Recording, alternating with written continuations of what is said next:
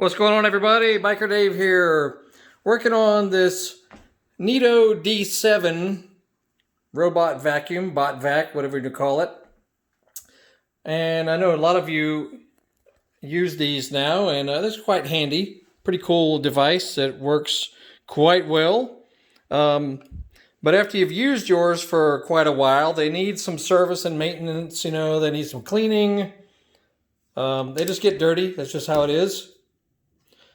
But one other issue, aside from the regular maintenance, some of you might have noticed that the little side brush that's spinning on the side of the unit will either spin slowly or sluggishly, or maybe not even spin at all. And there's other videos on how to disassemble this thing. I'll do one on that, as far as disassembly.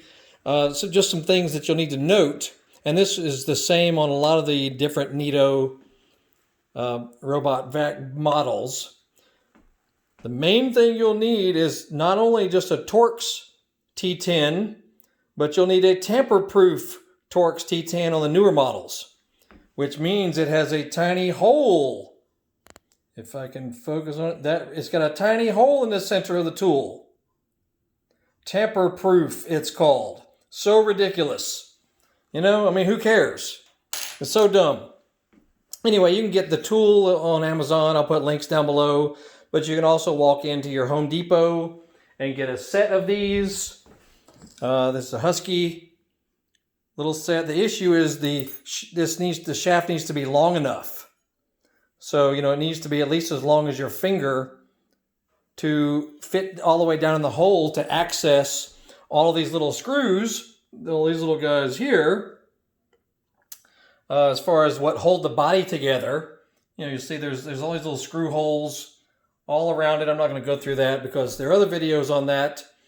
But I'm just telling you, get a tamper-proof Torx T10 in order to work with the screws on this model. Now, the screws that hold this little motor in place that operates the little side brush, those are normal. Yeah, those are just normal Torx. They don't have a hole in them. But the same one with the hole in the wrench will work on both of them. Anywho, not the main issue here. The main issue is, why is the brush spinning slowly or sluggishly or not at all? All right, I've taken mine apart here, and this is the pulley system right here, the motor here, and then it runs an O-ring to this pulley. Okay, you see this little guy here?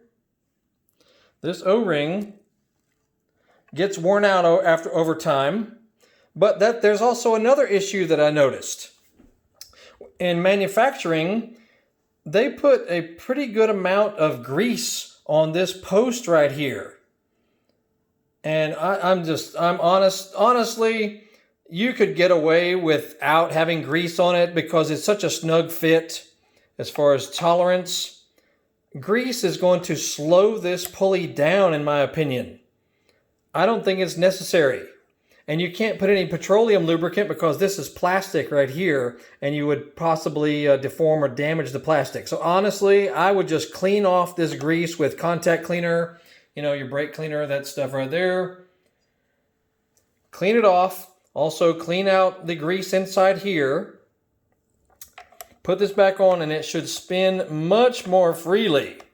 That's issue number one. Issue number two is the O-ring itself. They get stretched out, they get worn, which, any rubber O-ring could happen. Okay, so you can replace it. Fortunately, you can find these at Ace Hardware, or, I'm sure you can find it on Amazon, but, sometimes you're wanting parts and tools and things quickly. You're not trying to wait a couple of days for it to come in. You want to have it now so you can knock this job out and get on with your life. Anyway, the O-ring required will be called a number 33. See up the top there? It's a number 33 O-ring.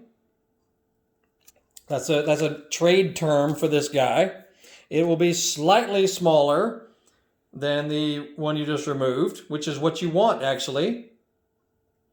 And on the receipt from the Ace Hardware I bought this from, notice the size here. 1 1/16 by 15/16 by 1 1/16. Okay, but if you just search for O-ring number 33 anywhere, anywhere, it's a common name, and you should be able to find the O-ring for it. All right, and then of course, you may want to clean out the unit, make sure there's not a heavy amount of buildup or dust or crust or that sort of thing. So you may need to use your blowgun or your shop vac. Just clean it all out once it's all torn apart. And that should solve this sluggish side brush problem. It makes sense, especially if you've got a lot of hours on yours. That should solve the problem. Anywho, that is that. As far as disassembly, it's not that difficult. You'll take the thing apart.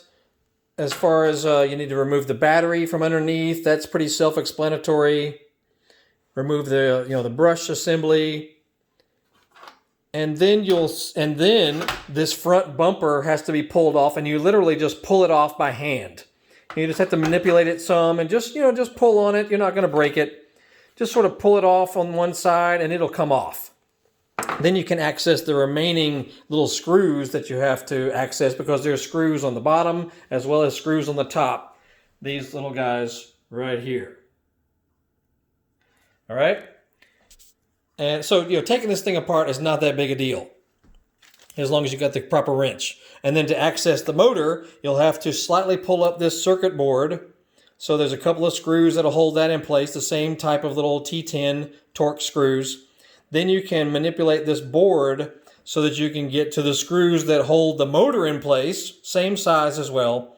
Then you can pull it up and swap out the belt and do your little service and cleaning.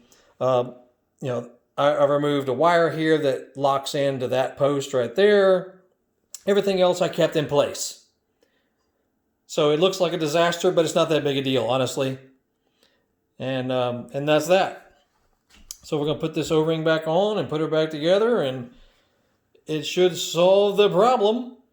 And like I said, I got other videos on using this cool little device, and it works really well. I honestly am happy with it.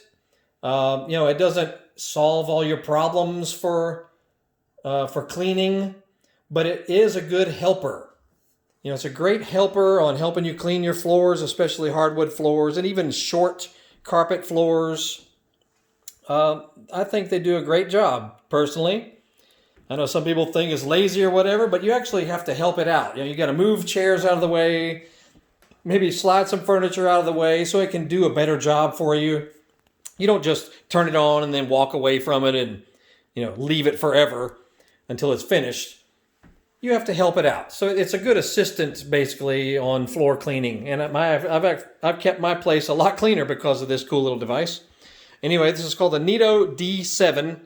I'll put a link down below for where you can get one of these. And I got links for the replacement parts as far as the brushes and that sort of stuff. So just look down in the comment section, and if you have one of these or you're interested in one, I'll show you how you can buy one. That's it for now. Biker Dave working on the Neato. This is Dan the Man, I've named him, and he's pretty cool. So that's all. Y'all have a good day. We'll see you.